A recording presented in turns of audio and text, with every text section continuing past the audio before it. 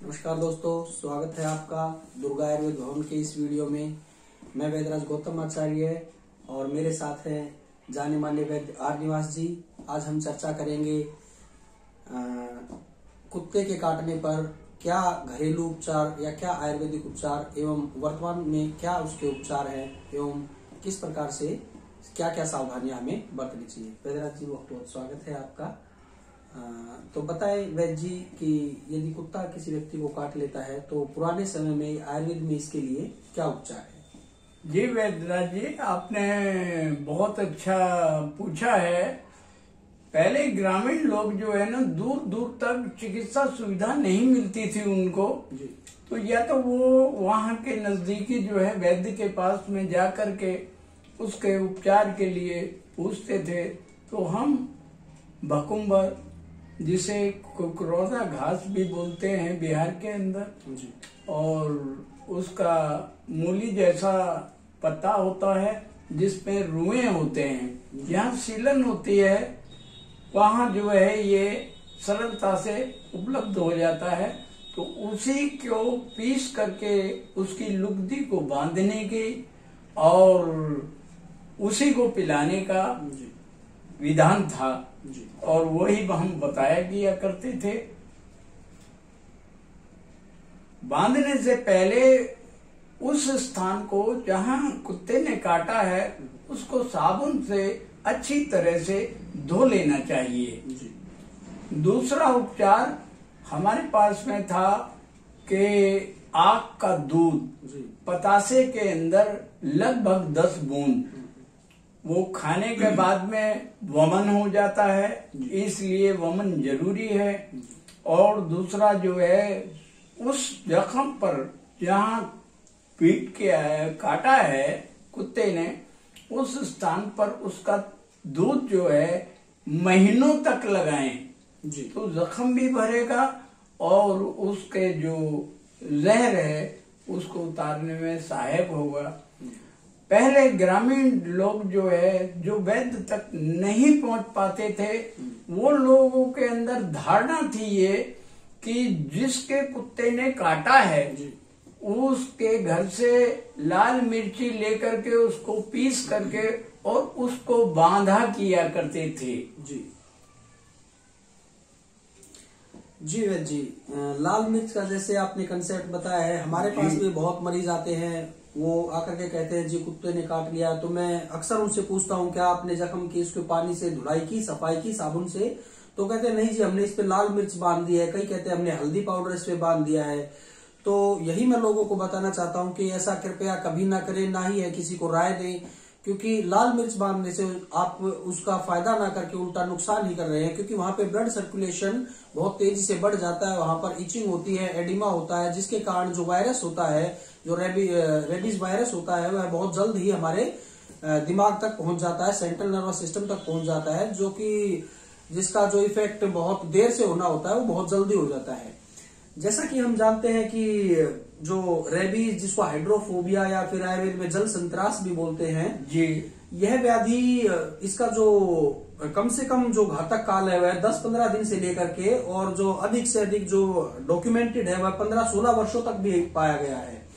तो मैं यही कहना चाहूंगा कि यदि किसी को कोई कुत्ता काट लेता है तो आप ये ना समझे कि यह पागल है या पता नहीं होगा नहीं होगा, या फिर कई व्यक्ति कहते हैं जी हमने कुत्ते को तो इंजेक्शन पूरे लगा रखे हैं तो कोई घबराने की डरने की बात नहीं है। किंतु ऐसा नहीं है। कुत्ते को यदि इंजेक्शन लगे हैं तो वह कुत्ते की सेफ्टी के लिए लगे हैं, उससे आपकी सेफ्टी कवर नहीं होती है।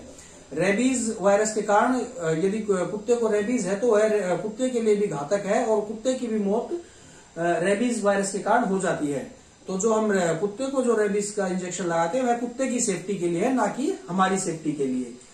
तो वैद्य जी, आप बताएं कि जो मिर्च का पाउडर लोग बाग लगा देते हैं उसके बारे में आपका क्या राय है। जी, मैंने बताया ना कि पहले लोगों की धारणा थी इस तरह की कि जिसके कुत्ते ने काटा है उसके घर से मिर्ची लेकर के बांध दें। जी। लेकिन आपने जो ये ज्ञान दिया है दर्शकों को, उसके लिए आपका धन्यवाद। उससे लोग ये इस चीज का लाभ उठाएंगे और इंजेक्शन जरूर लगवाएंगे। जी। तो ऐसा मेरा विचार है और दर्शक भी जो है इस चीज को समझ गए होंगे कि पुराना वक्त नहीं है, विज्ञान का युग है, तो उसी के अनुसार हमें चलना चाहिए। जी वैद्य जी, तो जैसा कि वैद्य जी ने बताया कि ककरोंदा घास यदि किसी के पास साधन नहीं है या गांव देहात में बहुत दूर है तो आपके लिए है आयुर्वेद के लिए, जैसे वैद्य जी ने बताया कि ककरोंदा घास की लुगदी बना करके या उसका स्वरस भी निकाल करके मरीज को पिला सकते हैं। और जख्म को किंतु अच्छे से कम 20 मिनट तक हमें साबुन से धोना है उसको, और उस पर पट्टी नहीं बांधना है। यदि बहुत गहरा जख्म भी हो गया तो भी हमें टाका या पट्टी या कोई उसको इस तरीके से कपड़े से नहीं बांधना है। हमें जो भी खून उसके अंदर से निकल रहा है उसको निकलते रहने देना है, और जितनी जल्दी हो सके हमें किसी चिकित्सा जो मुख्य चिकित्सा या फिर जो भी हमारा बेसिक चिकित्सालय है वहां पर जाकर के इसके लिए हमें उपाय करना है। कुत्ते के काटने के इलाज के लिए जो हमारा प्रोटोकॉल है वह 5 इंजेक्शन जो रेबीज वैक्सीन होते हैं वह लगाना चाहिए। और एक आजकल एंटी रेबीज वैक्सीन, कई व्यक्ति आकर के कहते हैं जी कुत्ते काटने का सिर्फ एक ही इंजेक्शन लगता है, किंतु ऐसा नहीं है दोस्तों। वह एंटी रेबीज वैक्सीन होता है, वह भी लगाया जाता है जब आपको पहली बार कुत्ता काटता है तो आपके लिए इम्यूनिटी डेवलप करने के लिए एक एंटी रेबीज वैक्सीन लगाया जाता है। लेकिन उसके साथ साथ जो हमारे इंजेक्शन होते हैं 5 का जो आजकल कोर्स होता है वो भी करना जरूरी है।